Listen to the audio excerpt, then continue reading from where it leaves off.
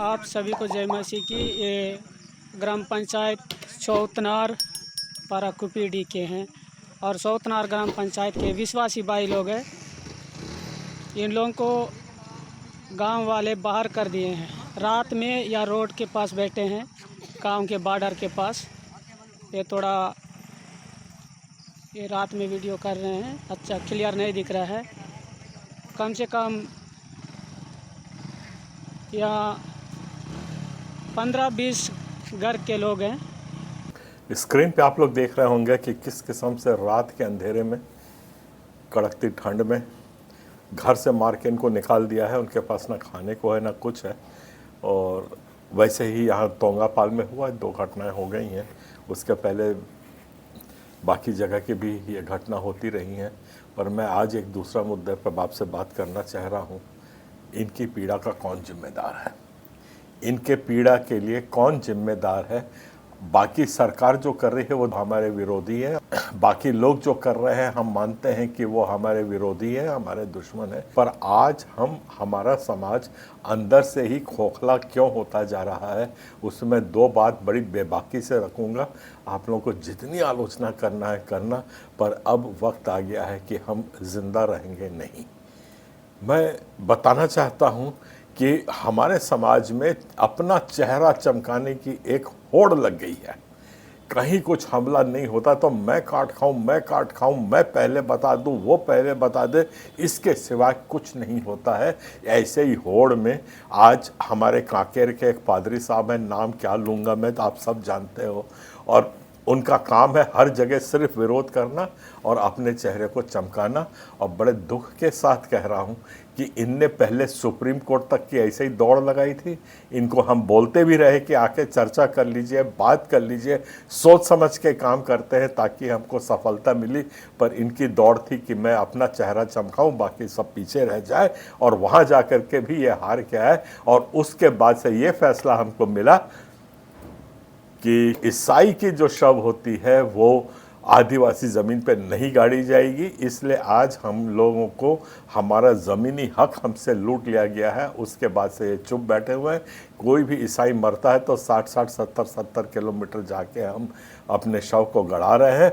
और सवाल ये है, मैं हिंदुस्तानी नागरिक होने के बाद भी क्या आज अपनी ज़मीन पे अधिकार नहीं रखता हूँ? ये सब को हम भूल गए हैं।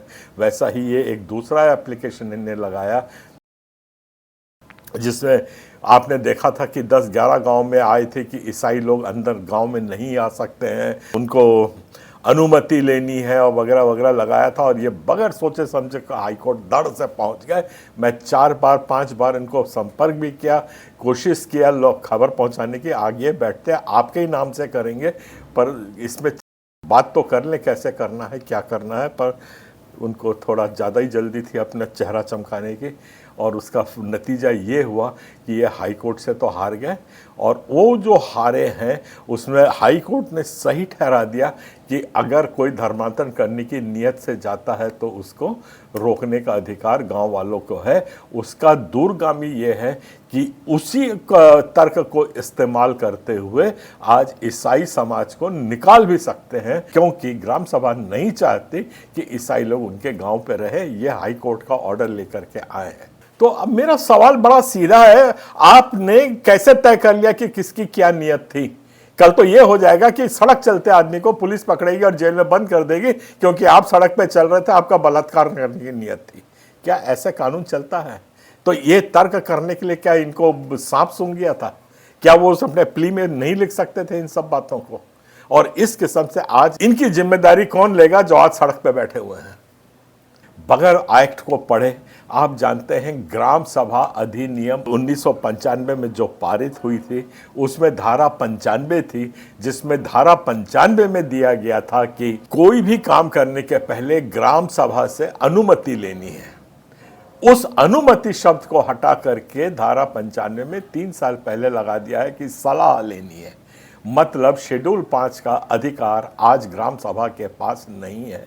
पर इन लोगों ने वो प्ली ली नहीं और अब अपील में भी जाएंगे तो हम वो उसके ऊपर तर्क नहीं कर सकते। और नया एप्लीकेशन हम लगाते हैं तो उसमें यह हो जाएगा कि इस पे हम फैसला दे चुके हैं, आप जाने आपका काम जाने। इस किस्म से यह बाधित हुआ है और दूसरों का रास्ता बाधित नहीं करे। जिसने जिंदगी भर बाइबल पढ़ी हो वो कृपया बाइबल का प्रचार करे, बाइबल के बारे लोगों को बताए और शांति और प्रेम बांटे। और जिन लोगों ने वकालत करी है और अच्छे अच्छे वकीलों को लाने की क्षमता रखते हैं, जो तर्कशील है और जाके बहस करके कोर्ट जीत सकते हैं, ऐसे लोगों का समर्थन और सहयोग करें और उन लोगों को आगे बढ़ाएं ताकि हमारा समाज सुरक्षित रहे। ऐसा ही हाउस चर्च में भी ये तमाशा हुआ था, पर परमेश्वर ने हमको साथ दिया। हम लोग हाउस चर्च के लिए करीब करीब आज 1.5 महीना हो गया है जिसमें हम लोग सिर्फ चर्चा कर रहे हैं बड़े बड़े वकीलों के साथ कि इसके बाद में हम किस किस्म की एप्लीकेशन लगाएं। भले ही के एक बड़े ऐसे ही तेज पादरी साहब थे जो जैसे यहाँ के हैं और वो धड़ से जाकर के पहुंच गए और हाई कोर्ट में लगा दिया कि कलेक्टर हमारी सुनता नहीं। अरे कलेक्टर जो सरकार बोल रही है वो कर रहा है, आप उसी के बाद फिर जा रहे हो कि साहब आप मेरा गला काट रहे हो, सरकार ने उसको आदेश दिया इनका गला काटो। बच गए हम उसमें क्योंकि हमारी जो तर्कशीलता है उसमें किसी किस्म की बाधा नहीं पड़ी। पर मेरा निवेदन आवेदन यही है कि आप ऊपर उठ के सोचिए समाज को हम कैसे रक्षित सुरक्षित कर सके। अब रह गई बात, ये जो घटना हो रही है इसके लिए क्या करना है आप लोग बताइए। मैं अकेले कुछ करूंगा तो सब के सब आकर के क्रिश्चियन फोरम को गाली देने के सिवाय कुछ नहीं करोगे, तो आप लोग खुद निर्णय लीजिए इसमें क्या करना है। फोरम तत्पर है, तैयार है, जरूर काम करेगा। और ये बहुत ही एक पीड़ादायक दौर से हम लोग गुजरते जा रहे हैं। हमारे पास आज ना सरकार है, ना पुलिस है, ना किसी किस्म का रक्षण संरक्षण है। रही सही हम लोग की जो आवाज़ पहुंचती थी बाहर देशों में और फैलती थी, उसको भी आज लोगों ने इस कदर से कुचलने की कोशिश कर रहे हैं। जो करना है, क्या करना है, हमें जो लड़ना है, हमें जो करना है, हम अंतिम दम तक करते रहेंगे। इसके लिए भी हम लोग कुछ ना कुछ प्रयास कर रहे हैं। आपके पास मैं फिर रूबरू होऊंगा क्या करना है, क्या नहीं करना है।